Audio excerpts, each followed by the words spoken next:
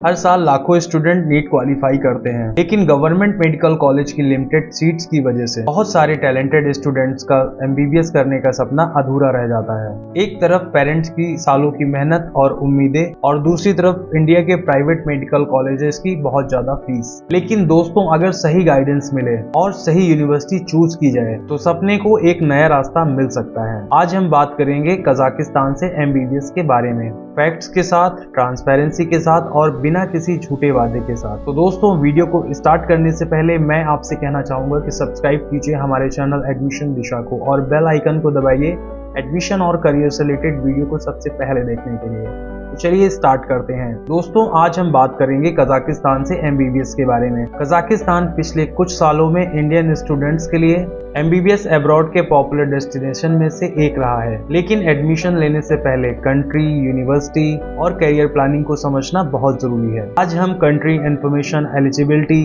Fees, hostel, food और safety के अलावा क्लाइमेट, क्लिनिकल एक्सपोजर और करियर स्कोप सब कुछ डिटेल में जानेंगे। सबसे पहले बात करते हैं कजाकिस्तान कंट्री से रिलेटेड इंफॉर्मेशन के बारे में। दोस्तों, कजाकिस्तान कंट्री की कैपिटल अस्ताना है। यहाँ की टोटल पॉपुलेशन लगभग 2 करोड़ के आसपास है। यहाँ की ऑफिशियल लैंग्वेज कजाक और रशियन है। यहाँ की करेंसी कजाकिस्तानी टेंग है। ये सेंट्रल एशिया में आता है। दोस्तों, कजाकिस्तान दुनिया के सबसे बड़े लैंड लॉक्ड कंट्रीज में से एक है और अपनी मॉडर्न सिटीज, यूनिवर्सिटीज और नेचुरल लैंडस्केप के लिए जाना जाता है। चलिए जानते हैं कि कजाकिस्तान क्यों कंसीडर करें। कजाकिस्तान इंडियन स्टूडेंट्स के बीच पॉपुलर डेस्टिनेशन है।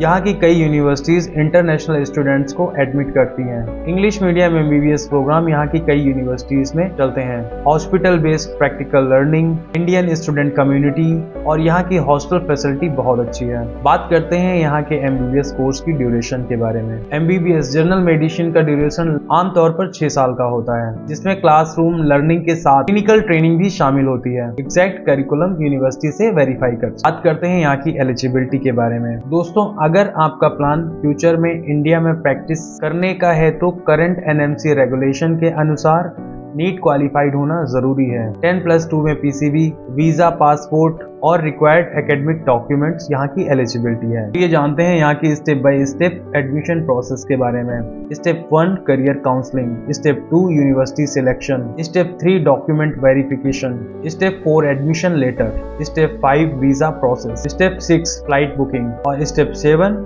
यूनिवर्सिटी में रिपोर्टिंग। इस तरह से स्टेप बाय स्टेप आपका एडमिशन का प्रोसेस कंप्लीट होता है। बात करते हैं यहाँ के एक्सपेंसेस के बारे में। ओवरऑल एक्सपेंसेस में आमतौर पर शामिल होते हैं tuition fees, hostel, visa, medical insurance, documentation, air ticket और living expenses. Exact amount university और सिटी के हिसाब से अलग अलग हो सकता है। बात करते हैं यहाँ की हॉस्टल फैसिलिटीज के बारे में। यहाँ पर गर्ल्स और बॉयज दोनों को सेपरेट हॉस्टल मिलते हैं, जिसमें wifi, security, library, study room facility university के हिसाब से वेरी करती है। बात करते हैं यहाँ के खाने की। पेरेंट्स का सबसे कॉमन क्वेश्चन, क्या इंडियन खाना मिलेगा? यहाँ की यूनिवर्सिटी के पास इंडियन मेस और इंडियन रेस्टोरेंट मिल सकते हैं। सेल्फ कुकिंग की फैसिलिटी भी यहाँ के हॉस्टल्स में अवेलेबल होती है। बात करते हैं यहाँ के क्लाइमेट की। यहाँ का विंटर काफी ठंडा हो सकता है और समर कंपैरेटिवली प्लेजेंट होता है। स्टूडेंट्स को वार्म क्लॉथिंग और वेदर एडॉप्टेशन के लिए तैयारी रखनी चाहिए। बात करते हैं सेफ्टी के बारे में। सेफ्टी हर पेरेंट की प्रायोरिटी होती है। एडमिशन से पहले यूनिवर्सिटी लोकेशन, हॉस्टल फैसिलिटी और स्टूडेंट सपोर्ट सिस्टम को जरूर वेरीफाई करें।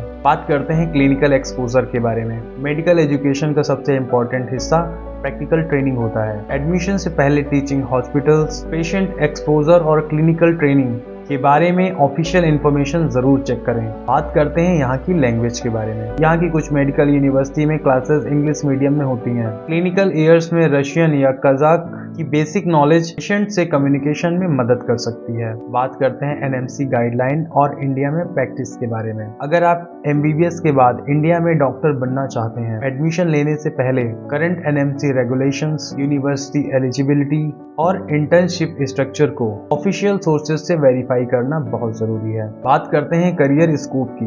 एमबीबीएस के बाद स्टूडेंट्स इंडिया में एप्लीकेबल लाइसेंसिंग रिक्वायरमेंट के अनुसार प्रैक्टिस के लिए अप्लाई कर सकते हैं। पीजी एंट्रेंस की प्रिपरेशन कर सकते हैं। रिसर्च और हेल्थ केयर करियर एक्सप्लोर कर सकते हैं। इंटरनेशनल अपॉर्चुनिटीज के लिए लोकल लाइसेंसिंग रूल्स फॉलो कर सकते हैं। पेरेंट्स के लिए मैसेज, माँ बाप अपनी खुशियाँ सैक्रिफाइस कर देते हैं सिर्फ इस उम्मीद में कि एक दिन उनका बच्चा डॉक्टर बनकर लोगों की जिंदगी बचाएगा। इसलिए एडमिशन का डिसीजन केवल एडवर्टीजमेंट या कम फीस देखकर मत लीजिए। सही यूनिवर्सिटी, क्वालिटी एजुकेशन और ट्रांसपेरेंट गाइडेंस ही एक सफल डॉक्टर की पहचान है। तो दोस्तों, अगर आप कजाकिस्तान एमबीबीएस के लिए university comparison, eligibility check, document verification और एडमिशन प्रोसेस की ट्रांसपेरेंट काउंसलिंग चाहते हैं तो हमसे संपर्क कीजिए।